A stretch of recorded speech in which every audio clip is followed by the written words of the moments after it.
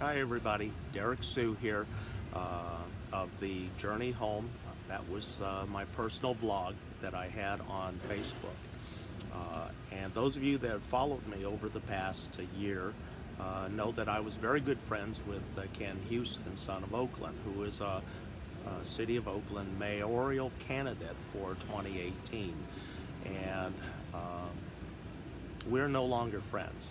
And I want to expose some things about him that you really need to know, because he's not who he claims to be. He is not everyone's friend.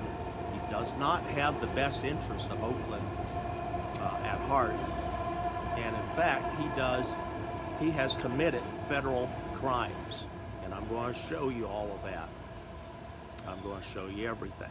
I'm going to be posting right here on this video. You're going to see all of the illegal activities that Ken does, along with some personal texts and emails between Ken and I that's going to show you a different side of Ken Houston, son of Oakland, and that he should not be considered for any kind of position of power or leadership.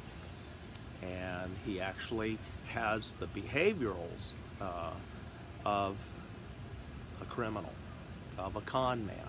In fact, these were not my words. In fact, words of people that I've spoken to. And if you want to know who those people are, get with me personally, and I'll reveal my sources on that. But they also said that Ken is a con man, and that he's to be watched out for. So anyway, I'm going to take you through everything. So just stay tuned, watch this in this video.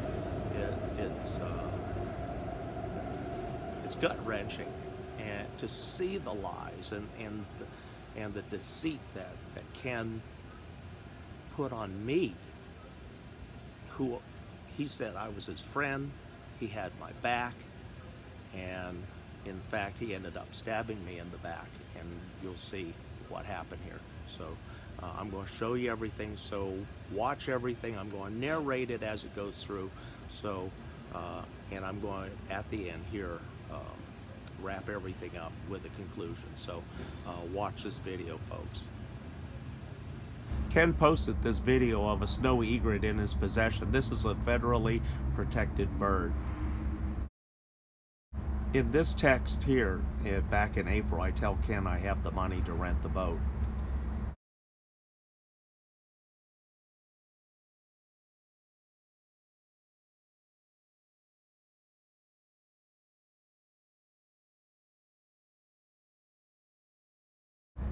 On May 7th, Ken texts me from the harbor master's office, and it's closed.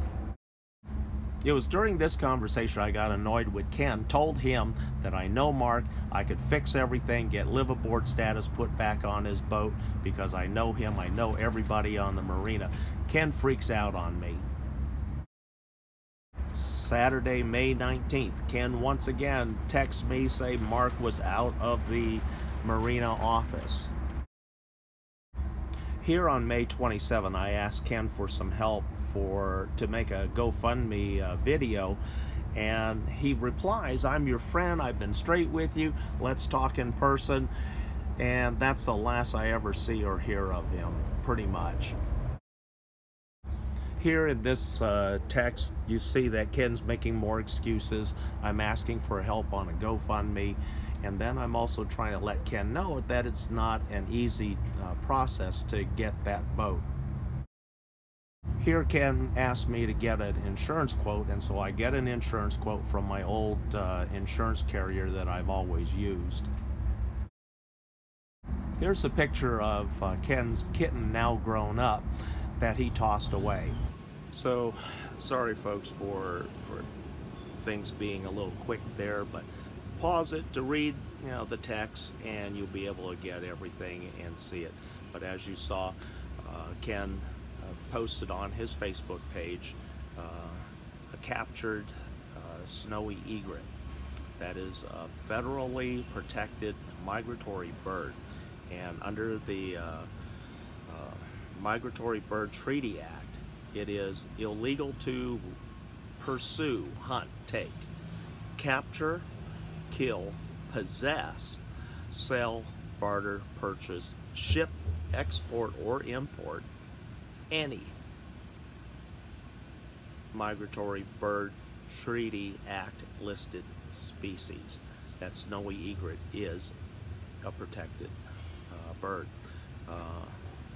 The minimum punishable offense on that is 1 year in federal prison, and depending on the severity, it could be as long as 5 years, and you're going to have a federal rap on your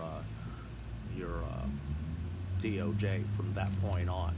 So that's going to prohibit Ken from getting any kind of position in the government after that, because you now violated federal law.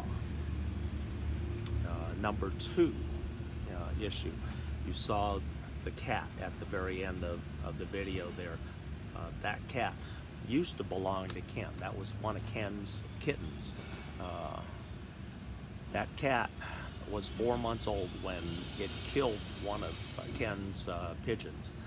And Ken, I understand him being mad at the cat and everything, but what he did was reprehensible, because literally Ken went to go and kill this cat indirectly by what he did, by his actions. Because what he did, rather than doing the right thing, which would have been to take the cat to the SPCA or Oakland Animal Control and saying, this is a feral cat and I need to get rid of it, they would have taken the cat and housed the cat, fed the cat. But no, Ken decided to take it, bring it down here to this industrial area. Lots of feral cats, larger than him, dogs, wild animals, people that harm animals out here. And he just dumped the cat here around the corner. No food, no water, no housing, nothing. Cat was 4 months old, has no chance of surviving out here. And that's what Ken did. So he's actually an animal abuser. He is no better than the people who dropped dead pit bulls here. Ken is in that same category. He didn't care about the welfare of the animal at all. But I get the part that he was mad at the cat. But that was the wrong thing to do. For a cat that young, that for sure would have sealed the cat's death within days of being dropped here. It was so small and didn't have food, didn't have water, but I took the cat in because I felt sorry for the cat. I'm not a cat person, long term, but at least I took the cat in. I've cared for the cat, and when I leave, I'm deciding whether, depending on where I go, whether I'm going to take the cat with me or give him up for adoption over at either the SPCA or at Animal Control, or if somebody were to take him. So, but I wouldn't do what Ken did. I never have. I wouldn't do that to any animal, and that's just cruel and unthinkable to literally say you're going to die, because that's what he did. Then on a very personal level between Ken and I, and this was told to me in confidence when his campaign started, that should Ken Houston, son of Oakland, be elected to the mayoral's office, the mayor's office, he win the election in November, should he, that he was going to reward all of those people that helped him get to the office. And that's not a big deal there. Every politician's going to say that to some extent, and reward people that help them get to where they're at. But it's the next comment that really scared me and tell me how bad of a person he truly is that he said that everybody who hindered him, who worked against him, who voted against him, who was against him, in order for them to do anything in Oakland, they're going to have to pay to play. Wow. I remember hearing those words not that long ago. We had some very corrupt mayors and governors who said that. Most recently, Illinois. The governor of Illinois back then, Karsenovich, or something like that. And he was actually, remember when Obama was elected back in 2008? Well, this governor was going to sell Senator Obama senator seat. He wasn't going to just let anybody get in there. So that's Ken. That's Ken. That's illegal, people. That's illegal. That's corruption. And Ken said that. I couldn't believe it, that he was going to do that. So I want you all to be very aware of some of the comments that Ken makes in private. And that was told to me very confidentially. But since we're no longer friends, that confidentiality goes out the door. So you need to know about that. Also, about Ken's boat. Ken, he does have a boat in Alameda. He's got a lot of issues. In fact, Ken doesn't even own the boat. He doesn't have the title to the boat. His sister actually owns the boat, and he owes quite a bit of money on it, and from 10 years ago. Also, I found out Ken is locked out of the marina because he's at least right now 4 months behind in his rent. And so usually what happens at that point, marinas put a lien on your boat, and they're going to sell it. They're going to sell it for that back rent. And so that's more likely what's happened right now. I can't confirm that because Mark won't tell me. That's kind of a private issue. But Mark did hint at a few other things, and they weren't very good. So some more notes here. Ken, when I talked to Mark, Ken kept trying to tell me that he can get live aboard status reinstated on that boat. After one of my conversations with Mark, there is no way that Mark or any harbor master will put live aboard status on Ken's boat ever again because of the issues that they've had with him and that boat. So that's not going to happen, I found out. So he lied, flat out lied about that. There was no way that I could have gone and lived on that boat for any price.